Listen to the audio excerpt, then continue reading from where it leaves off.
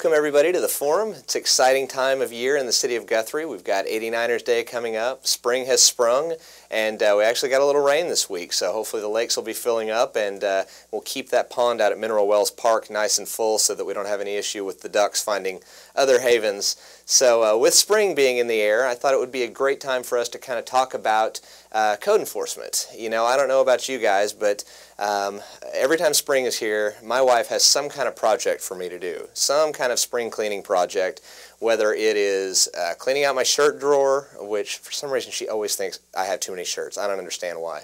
Cleaning out the attic, cleaning out the garage, any of those kind of things, but also it's the time of year where the grass starts to grow and I have to clean up the landscape bed and all of that kind of stuff. And that kind of reflects back on a community level as well. And that's what our code enforcement office really does, is they're an office that's here to enforce some of the codes and ordinances that we have on the books that deal with neighborhood aesthetics, community beautification, and health, safety, and welfare of the community. So first, let's kind of talk about what code enforcement is. And code enforcement is a specialized field in that most of the codes or laws are adopted by a local governing body or the city council. And these laws, they reflect the needs of the individual community. So code enforcement is an extremely important part of the community.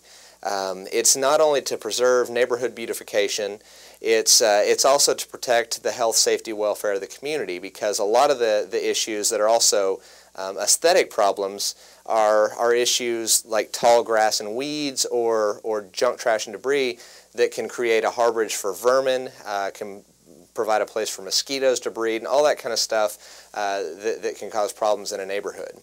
So we have a very, very specialized code office here that's got a specific process that we go through anytime we find a code violation. And what that is, anytime we're alerted to a code, anytime that there's some kind of violation that's reported to us, we go and investigate that complaint within 48 hours. And so when we go investigate a claim, we take pictures, we document the address, and we go back and we find the property owner on record at the courthouse. And then we send that person a letter. And this first letter, we really try to take the approach that, you probably don't know, you're probably not aware of the code or ordinance that your property is violating right now. So we really just see this first letter as an informative letter to try to let people know, hey, the condition of your property, it creates an impact on the overall neighborhood that you live in. You may not be aware that we've got a code against having toilets in the yard or whatever it may be. So we identify that code that's been violated, and we really see that as an opportunity for us to educate the public about different codes and ordinances. And then we give a 5-day time frame, and we ask that person to have the problem resolved within 5 days. At the end of 5 days, our officer goes back out to the address to do a recheck. And if the recheck is done and everything is good, everything's cleaned up, then it's great. We consider that voluntary compliance. And the issue is resolved, everything's done. Now, if it hasn't been resolved, then we go back to the office and we send a second letter. And this letter is more of your typical code enforcement type letter that you'll see in other communities. And it's a little more stern, basically saying you've got 5 more days to clean up this problem. Otherwise, there may be enforcement mechanisms that we utilize. And so this process gives us a 10-day process, and it's basically double what state law would like us to do. In cases where we go through an abatement process, which I'm going to talk about in a minute, we have to have 10 days of notification. Well, we want to treat this as an opportunity for us to educate the public about what codes and ordinances are in place at the city of Guthrie. And so we really go through an extra step to try to do that, to communicate with that first letter and educate a property owner about what is or is not allowed by city code. So if we get to the end of the 10-day process and we still haven't resolved the issue, then one of two things can happen. Our code enforcement officer may write a ticket, or they may go through the abatement process. And the abatement process is a legal way for us to have the work done or do the work on the property and then bill the actual expense back to the property owner. And we have a pretty high voluntary compliance rate here at the city of Guthrie. And again, that's our goal. Our goal is to work with property owners, to educate the public, to work with neighborhoods, to let them know what is and isn't allowed by city code in order to preserve the aesthetic appeal of neighborhoods. And so again, we do that by really trying to take a customer-based approach. And so what does code enforcement do? What are some of the big issues that we work? During the summer, the biggest issue we work is tall grass and weeds. I mean, we'll work hundreds of these cases every summer. And that's just when the grass gets too high. 8 inches is our code, so anytime it gets to be 8 inches, we have to work those issues. And it really becomes a problem when we deal with foreclosed properties, because then it's the grass, by the time we go through the abatement process and go through all the legal hoops that we go through, the grass is much taller than 8 inches. But 8 inches is when it actually violates city code. Inoperable vehicles, we work a lot of these, and this is when there are inoperable vehicles placed in the yard. Now, for a vehicle to be inoperable, it has to be visibly inoperable, meaning the tires are flat, the windshield's broken out, there's no door, there's no hood, there's no engine, something like that. Or it has to have, or the tag has to be out. So those are the things that trigger us to work a vehicle as an inoperable vehicle. Dilapidated structures. This is one that we've had a huge emphasis on over the last year and a half through our dilapidated structure removal program, and that is when a structure meets the criteria set forth in city code to be dilapidated. We go through the process to get those structures torn down. Also deal with unsecured structures. They may not technically be dilapidated yet, but we may have structures that are unsecured. There may be windows busted out, there may be doors open. We work to get those secured. And these are some high priority issues because not only do they create a major blighting effect on a neighborhood, but they also create a very attractive nuisance for neighborhood kids or for trespassers to go in there and do things they shouldn't do in the homes, and a lot of times it's very dangerous. A lot of these homes are in a condition where if a child or someone was to go in, they could easily fall through the floor and get seriously hurt. So that's a big priority for us at the code office. Property maintenance. We also have minimum maintenance requirements that were adopted by the City Council several years ago, and we do our best to enforce those. And that basically means that your property needs to be in good repair. You're not supposed to have peeling paint, you're not supposed to have porches or eaves, those kind of things that are falling down. So we work with property owners to try to resolve those. Public nuisance enforcement, anything that may be a public nuisance, depending on a different situation, we have to work those. Zoning enforcement, the code office is kind of the enforcer of anything that may violate a zoning law. Sign removal. A few years ago, the City Council updated the sign ordinance, and a lot of time, especially during campaign season, our code enforcement officer goes through and has to pull illegal signs out of the right-of-way. And so we spend a lot of time doing that. And then also another big one that we work with is junk, trash, and debris. And I think I mentioned that earlier, that one of the big concerns with that is that when you've got trash piled on the lawn, or a pile of limbs or something like that, can create a harborage for vermin or insects, those kind of things. And we really work to try to get that cleaned up. So what are some of the things that, what are some tips that we can give you to help, stay on the good side of the code enforcement office and help to be a positive property in your neighborhood? Well, again, like I said earlier, grass should be mowed and it should be kept at 8 inches. Anytime your grass is getting close to that 8-inch mark, hopefully well before it gets to 8 inches, but you'll give it a mowing. Pick up the trash in your yard. Don't have a trashy yard. Don't have things strewn about, and do what you can to pick up your items. Some of the items, this is an area that's a little bit confusing sometimes, because a lot of times one man's trash is another man's treasure. So the things that we're going to look at from the code enforcement office is anything that's outside that should be inside, meaning a couch that you've got on the porch, or a refrigerator that's sitting in the yard, or a washing machine in the yard. Those are things that are obviously going to violate this ordinance. Piles of limbs that are just kind of scattered and piled out through the yard, that's gonna be a violation of the ordinance. Just general trash. If you've got trash bags full of household refuse, that's going to be a violation. If you've got boxes that are filled with stuff that you're storing outside, that's going to be a violation of the junk, trash, and debris ordinance. So kind of work to keep those things, get those things cleaned up. And if you don't know when your bulk trash pickup day is, you can always call our utility office, and they can let you know when the bulk pickup day is for your neighborhood. Keep your home in good repair. Just kind of like I said earlier, we've got minimum maintenance requirements, so you know, make sure that, that your porch isn't caving in, that your paint isn't peeling, that your roof doesn't have holes in it, all of those good things. And just remember that you contribute to the overall aesthetic appeal of your neighborhood. And you know, it takes all of us together to work together to prevent neighborhood blighting and those kind of things. So those are some of the important things to know about code, and it's a good time of year to talk about this. Again, because it's spring, because it's a time when a lot of people get motivated or, you know, forced into it like me from an aggressive spouse to get out there and do some of your cleaning. But also our annual trash off is coming up. And you can get more information about that event at cityofguthrie.com. It'll give you the guidelines of what's happening. But this is an opportunity for our residents to take loads of bulk trash out to our convenience center at no cost. So that's something that can be very helpful if you're looking to clean up your property. You know, we've been asking all week, all month about where's the mayor. You know, it's real easy to determine that I'm at the wind turbine because it's pretty well self-explanatory. But what we want to know is what plant in Guthrie, what building in Guthrie does the wind turbine provide power for?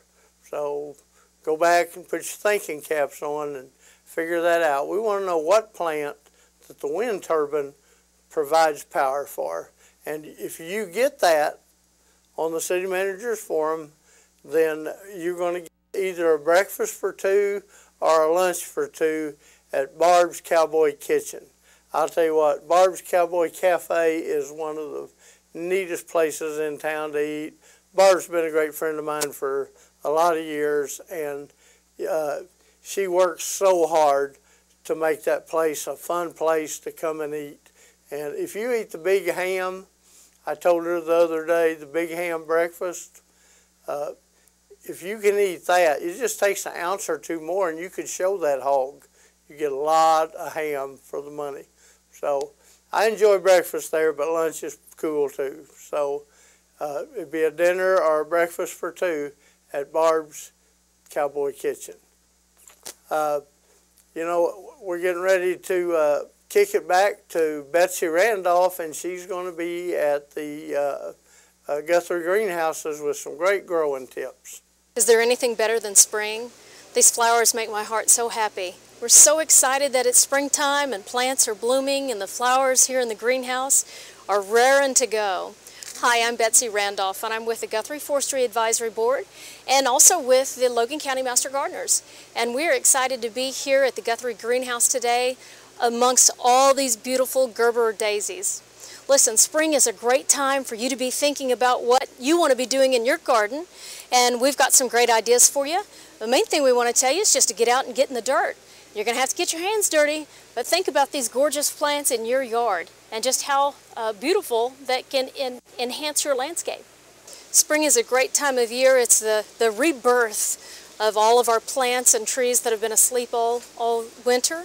And so when we look at these beautiful, cheerful faces of these Gerber daisies, we think about some things in the spring that we can plant, whether it's seeds or whether in the greenhouse or maybe just on your windowsill. We want to encourage you to get out and plant. Arbor Day is coming up. We're going to be celebrating in Guthrie. Our Arbor Day activities are going to be out at Cotterell Elementary School at 20th and Noble. We'll celebrate on the 30th of March at 10 a.m. So we'd encourage the folks to come out and help us plant a couple of trees there at the elementary school. So regardless of whether you're going to be planting annuals like these Gerbers or you're going to plant a tree, we'd encourage you to get out and plant.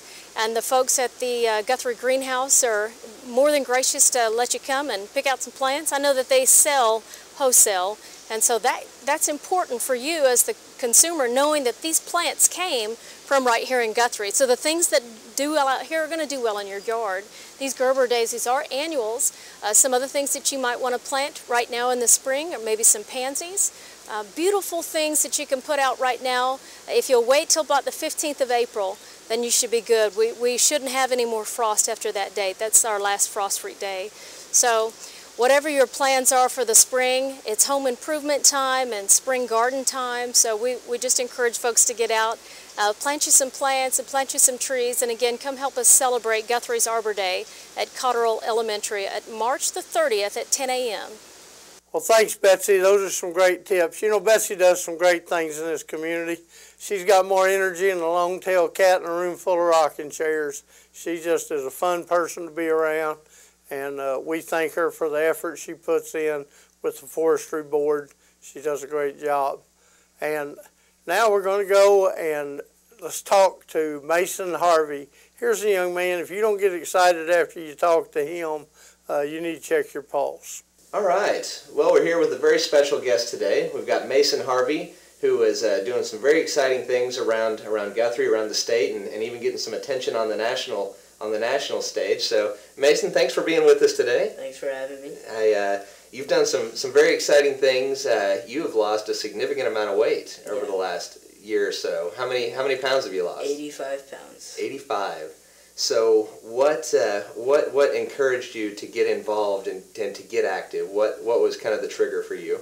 A couple of bullies that I had started in 3rd grade, they'd been pushing me around and, calling me names like Fatso, Tubby, Jelly Roll, and it kind of got on my nerves, and it wasn't just verbal abuse, it was physical. They kept shoving me around, and I would just kind of, fall onto a locker or drop my books and stuff, and it just kind of made me mad because it wasn't getting better over the years. They were still kind of on my back, but they weren't around me as much, and I had a couple of teachers that were helping me out. I actually got my class switched in 3rd grade so I could try and get away from them, and they just, pushed me over the edge last year, and I shed the weight because they made me feel like I wasn't okay with myself. Yeah.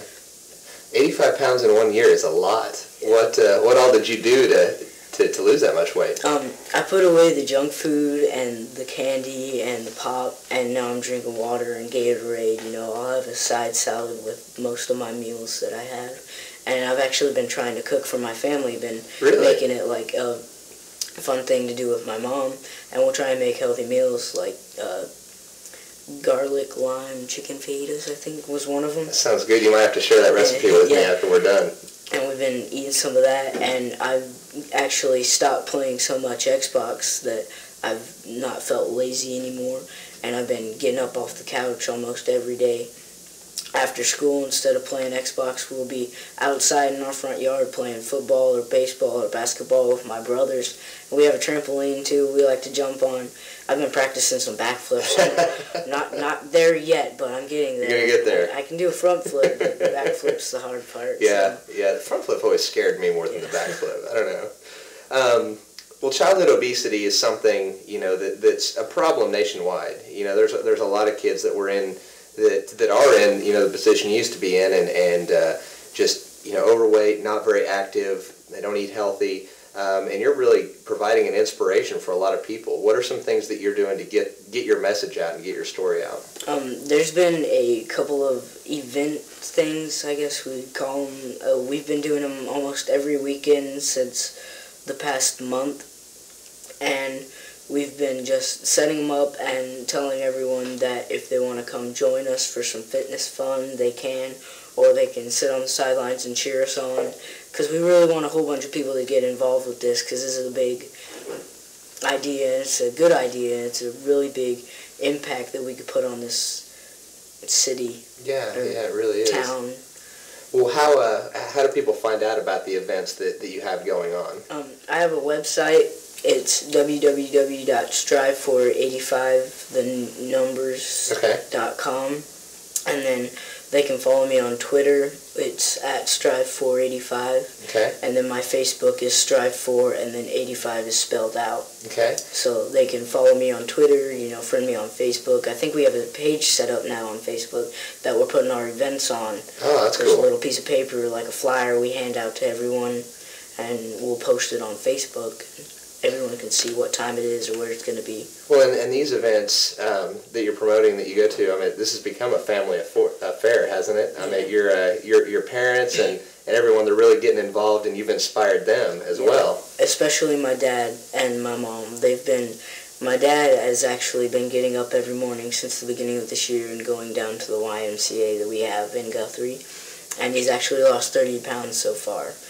and that's kind of where the 85 thing comes in, is I'd like to do things in 85, and one of my goals is to help him and my mom lose 85 or more pounds.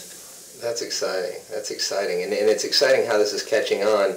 And because you've had some mentions and some retweets from some famous people, haven't you?